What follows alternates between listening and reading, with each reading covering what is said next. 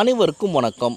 போன ஒரு வீடியோ கோழி குஞ்சு எப்படி அடை வைக்கிறது, எப்படி கோழி குஞ்சு இப்போ உற்பத்தி பண்ணுறது, அதை எப்படி பெருக்கிறதுன்னு சொல்லிட்டு நாங்கள் வீடியோ போட்டிருந்தோம்.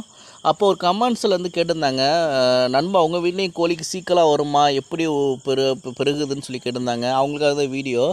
நம்ம வீட்லேயும் கோழி நிறையா இருக்குங்க. நம்ம கோழிக்கும் வந்து சீக்கிரம் வரும். அதுதான் ஒரு கோழி குஞ்சு உங்களுக்கு காமிக்கிறேன். இது கோழி பொரிச்சதுலேருந்து கரெக்டாக 3.5 மாதத்துக்கு குஞ்சு நல்லா வருங்க. கறியெல்லாம் நிறையா இருக்குது. இது வந்து சண்டை கோழி குஞ்சோட வந்து கிராஸுங்க இது வந்து பொட்டை குஞ்சு தான். இது சண்டை சாவலுக்கு வந்து அழகாக மூக்கு ஓரத்தில் அந்த கொண்டை வந்து ஒட்டி இருக்கும்ல, அது மாதிரி எது இருக்குது பாருங்கள். இந்த பொட்டை குஞ்சு வந்து கரெக்டாக இறை மேய்ஞ்சிட்டு இருந்துட்டு வீட்டுக்கு வரல. அப்புறமேட்டு எங்கே இருக்குதுன்னு சொல்லிட்டு நாங்கள் போய் பார்த்தோம். அப்போ படல ஓரத்தில் வந்து இந்த கோழி குஞ்சு அப்படியே குன்னிக்கிட்டு உட்காந்துருந்துச்சு. அப்போ அதை பிடிச்சி பார்த்தா இதுக்கு வந்து ஜுரம் வந்து அந்த காலை வந்து பாய்ச்சிருச்சு, நடக்க முடியாமல் பாய்ச்சிருச்சு. இந்த ஜுரம் வந்து கரெக்டாக சித்திரை மாதம் அந்த அக்னி நட்சத்திரம் ஆரம்பிச்சுன்னா தான் அந்த ஜுரம் வரும் கோழி குஞ்சுக்கு. அப்படியே மூக்கு சைடு வந்து லைட்டாக வாணியாக இருக்கும். அவரோட ரெண்டு காலையும் இழுத்துக்கும். அப்புறம் வந்து தனியாக வந்து கழியும். கரெக்டாக 3 நாள் செத்துரும். இது மாதிரி இருந்துச்சு. இதை எப்படி நாங்கள் இந்த சீக்கிலேருந்து எப்படி குணப்படுத்துகிறோம் தான் அந்த வீடியோ. கோழி குஞ்சுக்கெல்லாம் பாருங்கள், உடம்பெல்லாம் நல்லா ஸ்ட்ராங்காக இருக்குது, ரெக்கையை நல்லா இருக்குது, கண்ணை நல்லா முழிக்குது. ஆனால் நடக்கவே முடியலங்க. பறந்தும் ஒரு இடத்துல போய் உட்கார முடியல. நான் உங்களுக்கு அந்த ரெக்கையில் 2 இடத்துல வெள்ளையாக காமிக்கிறேன் பாருங்கள். இதுதான் சண்டை சாவலுக்கு. கோழிக்கு வந்து 2 சைடும் வந்து அந்த இடத்துல வந்து மச்சம் மாதிரியே இருக்கும். இந்த கோழி குஞ்சு தலையெல்லாம் அப்படியே நேவி விட்டு அப்படியே கண்ணை மூடிட்டு உட்காந்துருக்கு. விரட்டினாலும் பறக்கலாம் மாட்டேங்குது. ஒன்று எங்கள் வீட்டில் நான் சொல்லிவிட்டு அந்த கோழி குஞ்சு வந்து தனியாக கம்புருங்க, கோழியோட போடாங்கன்னு சொல்லிவிட்டு தனியாக வந்து கமுத்துட்டோம். கரெக்டாக அந்த கோழி கமுத்ததுக்கும் நல்ல கோழி கமுத்ததுக்கும் ஒரு கேப் வந்து பாருங்கள், ஒரு 15 மீட்டர் இடைவெளியை விட்டு கமுத்து வச்சுட்டோம் அந்த கோழி. ஏன்னா இதோட வெப்பம் வந்து அந்த கோழி குஞ்சோட பட்டுச்சுன்னா இதோட ஜுரம் வந்து அதுக்கு பரவிடும். அதுவும் சீக்காந்துடும்.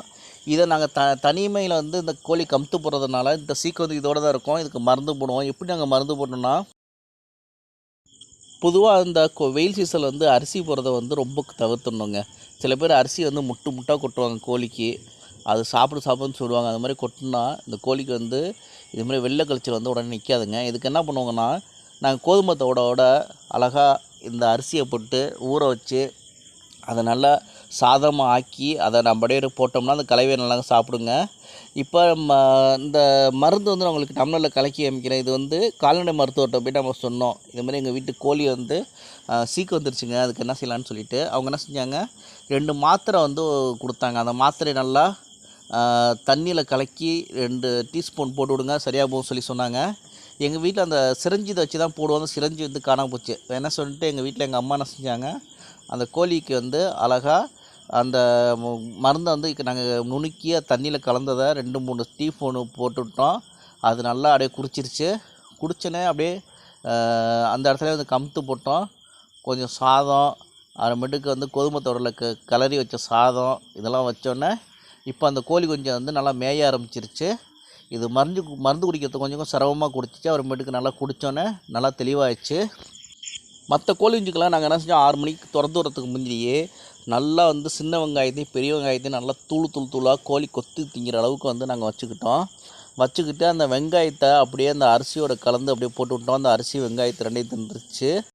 நல்லா புரிச்ச மோரில் வந்து சின்ன வெங்காயத்தை வந்து அரிஞ்சு போட்டு அதை ஊற வச்சு அதையும் நாங்கள் கொடுத்தோம். அதையும் சாப்பிட்டுருச்சு. அப்புறமேட்டு இந்த மாத்திரை இருக்குல்ல, அந்த மாத்திரை என்ன செஞ்சோம், கொஞ்சம் கோதுமை தவிடு, அப்புறமேட்டுக்கு வந்து சாதம், அந்த மாத்திரையை நல்லா கரைச்சி தண்ணியோட சேர்த்து கரைச்சி அதில் ஊற்றி அந்த மாத்திரையில் நல்லா ஊற வச்சிட்டோம். நான் ஊற வச்சோன்னே அந்த கோதுமை தவிடு அந்த தண்ணி வந்து இழுத்துக்கிட்டேன். சாதமும் தண்ணி இழுத்துக்குச்சு. அந்த சாதத்தை வந்து மற்ற கோழிக்கு நாங்கள் வச்சோம். அது கரெக்டாக திறந்து விட்டோன்னே அந்த பசியில் இருக்கிற அது சாதத்தெல்லாம் தின்ன மற்ற கோழிக்கும் வந்து நாங்கள் வந்து அந்த சீக்கை வந்து கட்டுப்படுத்திட்டோம். நீங்களும் இந்த மாதிரி செஞ்சிங்கன்னா உங்கள் கோழி வந்து பாதுகாக்கலாம். இந்த வீடியோ உங்களுக்கு பிடிச்சிருந்துச்சுன்னா இந்த வீடியோ லைக் பண்ணுங்கள், ஷேர் பண்ணுங்கள், கமெண்ட் பண்ணுங்கள், சப்ஸ்கிரைப் பண்ணுங்கள். Thank you friends.